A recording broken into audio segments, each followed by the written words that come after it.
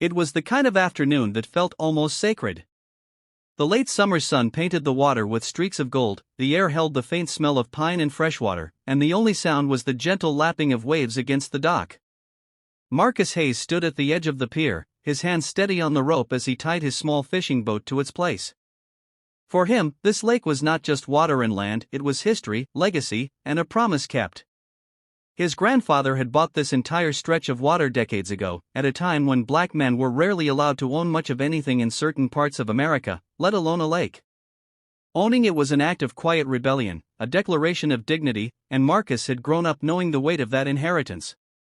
But on this day, as he was loading a cooler into his boat, a sharp voice cut through the stillness. "Excuse me, sir, this is private property. You can't just park your boat here." The voice carried an edge of authority that wasn't requested, only assumed. Turning around, Marcus saw a woman in her late 50s marching toward him, sunglasses perched high, posture stiff, and a clipboard tucked under her arm like a weapon. She introduced herself as Karen, though she didn't need to, her tone said it all. She claimed to be part of the local homeowners association, and she spoke as if the lake and Marcus's very presence belonged under her supervision. Marcus, calm and polite, replied, "Ma'am, I'm not trespassing. This is my dock." But Karen wasn't listening. Her eyes darted from the boat to the cooler to Marcus himself, as though trying to piece together a crime that didn't exist. She told him they had rules, that this dock was for members only, and that if he didn't move his boat immediately, she'd call security. Her voice sharpened with each word, but Marcus stood firm. He had faced worse in his life than the sharp tongue of someone who believed her title gave her ownership over him. Still, there was a flicker of sadness in his eyes, not because he doubted his right to be there, but because he knew this was more than about a boat. This was about something deeper. The truth was, Karen had no idea who she was talking to. She didn't know that Marcus wasn't just a man with a boat, he was the legal owner of the lake itself. Every inch of it, from the shorelines to the deepest water in the center, had been passed down to him. And yet here he was, being told to leave his own property by someone who assumed authority simply because she thought he didn't belong. It wasn't the first time he had been mistaken for someone out of place in a space he had every right to occupy. It was the silent burden carried by many black men and women, that invisible line where belonging was questioned, not because of deeds or documents, but because of skin. Marcus could have told her right then. He could have pulled out the papers, the deeds, the maps with his name inked on them. But instead, he simply said, "I'll be here a while. You go ahead and call whoever you need to." His voice was steady, measured, the kind of calm that comes not from passivity but from knowing exactly where you stand. Karen frowned, muttered something about people thinking they can just do whatever they want, and stormed away, her sandals slapping against the wood.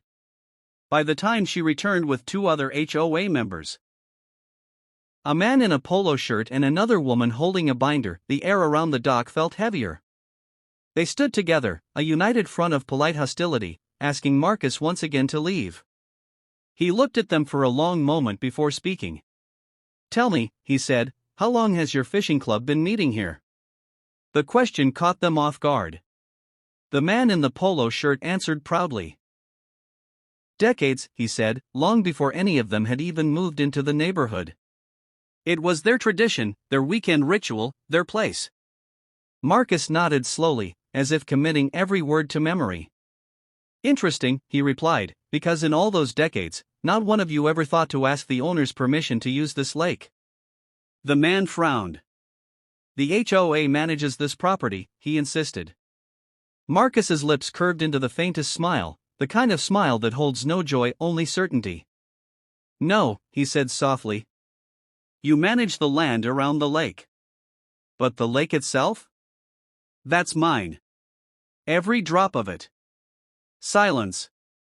The kind that lingers heavy in the air when reality sinks in like a stone in water.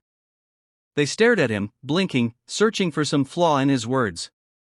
But Marcus reached into his truck and pulled out a thick folder.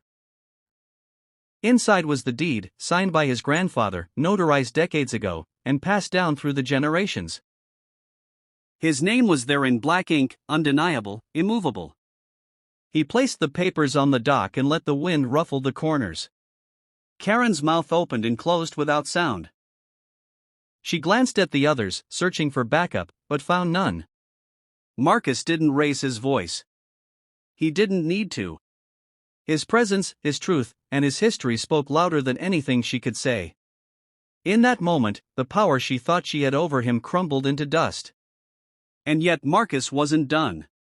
Because this wasn't just about proving a point, it was about restoring respect, about correcting decades of quiet disrespect that had gone unchecked.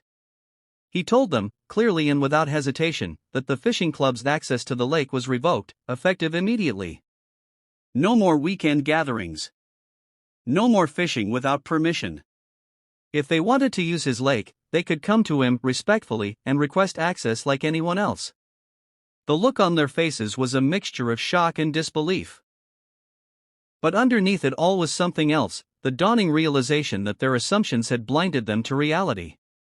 The very man they tried to push out was the one person who had allowed them to be there in the first place.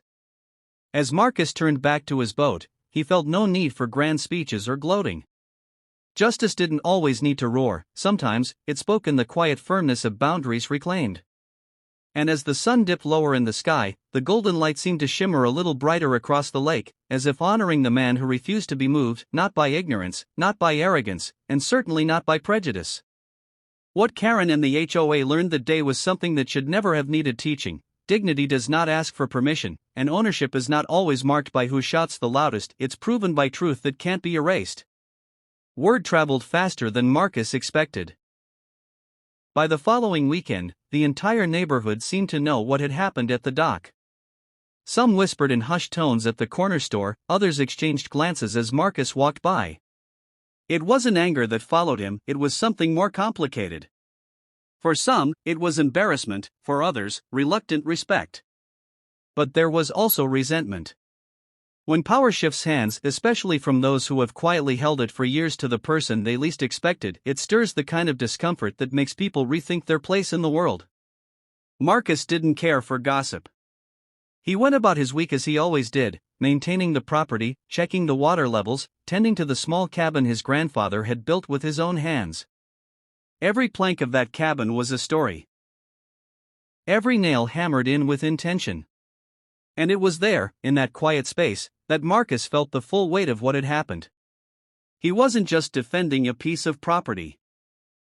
He was defending the legacy of a man who had been told all his life that there were places he didn't belong and had gone ahead and bought one of them outright. By midweek, a letter arrived from the HOA. It was polite on the surface, dripping with carefully chosen words about community relations and mutually beneficial agreements.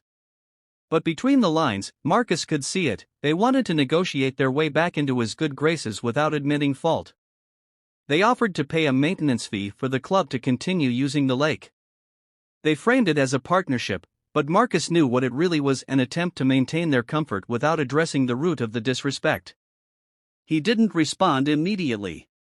Instead, he called his cousin Elijah, a civil rights attorney who had always told Marcus, "Never let your silence be mistaken for consent." They sat at the kitchen table late into the night, the air heavy with memories of their family's struggles and triumphs. Elijah reminded him that this was bigger than a fishing club. It was about drawing a line so that those who came after him wouldn't have to fight the same battle. That Saturday, Marcus attended the HOA's monthly meeting. He walked into the room wearing his grandfather's old leather jacket, the one he had worn the day he signed the deed to the lake. The room fell silent. Some shifted uncomfortably in their chairs, others avoided his gaze entirely. Karen was there too, her clipboard resting neatly on the table, eyes fixed on the papers before her. When Marcus spoke, his voice was steady, clear, and deliberate. "I'm here today not to argue, not to fight, but to remind you of something that should be common knowledge: respect is not negotiable. My family has owned that lake for over 50 years. During that time, we allowed the fishing club to use it freely, without asking for a dime, because we believed in being good neighbors. But good neighbors do not tell the owner of the land to leave. Good neighbors do not assume authority over what they do not own." A few murmurs rippled through the room, but Marcus continued. "This isn't about money. It's about dignity. It's about the quiet ways that people decide who belongs and who doesn't. That ends now. If your club wishes to use the lake, it will be under a formal agreement, one that acknowledges the rightful ownership and sets clear terms. No more unspoken entitlement. Karen shifted in her seat, her usual certainty gone. The president of the HOA cleared his throat, clearly uncomfortable. "We didn't mean any harm," he said. "It was a misunderstanding." Marcus's gaze didn't waver. Misunderstandings can be fixed. Patterns need to be broken. By the end of the meeting, the HOA had reluctantly agreed to Marcus's terms. The fishing club would have to request access in writing, and Marcus would decide case by case whether to grant it. But more than that, the agreement would state, in plain language, that the lake was privately owned by Marcus Hayes. For the first time in decades, the truth would be in black and white for all to see. Over the following months, something unexpected happened. At first, the fishing club's presence dwindled. Perhaps it was pride, or perhaps it was the discomfort of having to ask permission from the man they once tried to remove. But then, slowly, a few members began to approach Marcus not as adversaries, but as neighbors. They came with handshakes, small talk, and even apologies. One older gentleman admitted, "We never thought about who owned it. We just assumed." Marcus never demanded apologies, but he accepted them when they came. Not because he needed validation, but because each one was a small step towards something better, a community where assumptions weren't made based on the color of someone's skin. One quiet evening, months after the incident, the water was still, the air cool. He thought about his grandfather, about the day he had first taken him out on this very boat, teaching him how to cast a line and reel in patience. He thought about the generations before them who had fought for far less than what they now had, and about the generations to come who would inherit not just the land, but the story of how it was defended. For Marcus, this wasn't about victory. Victory implies an end. This was about stewardship. About guarding not just the property, but the dignity attached to it. Because in the quiet corners of America, where prejudice often hides behind polite smiles and procedural rules, justice doesn't always arrive in the form of courtrooms and protests. Sometimes, it arrives on a wooden dock, with a man refusing to move his boat. And that's the story Justice in Color exists to tell. Not just about Marcus, but about every black man and woman who has stood their ground, not with anger, but with unshakable certainty in their right to be exactly where they are. In the end, Marcus didn't just reclaim his lake. He reclaimed the narrative. He made sure that in this small corner of the world, no one would forget who it belonged to, and why.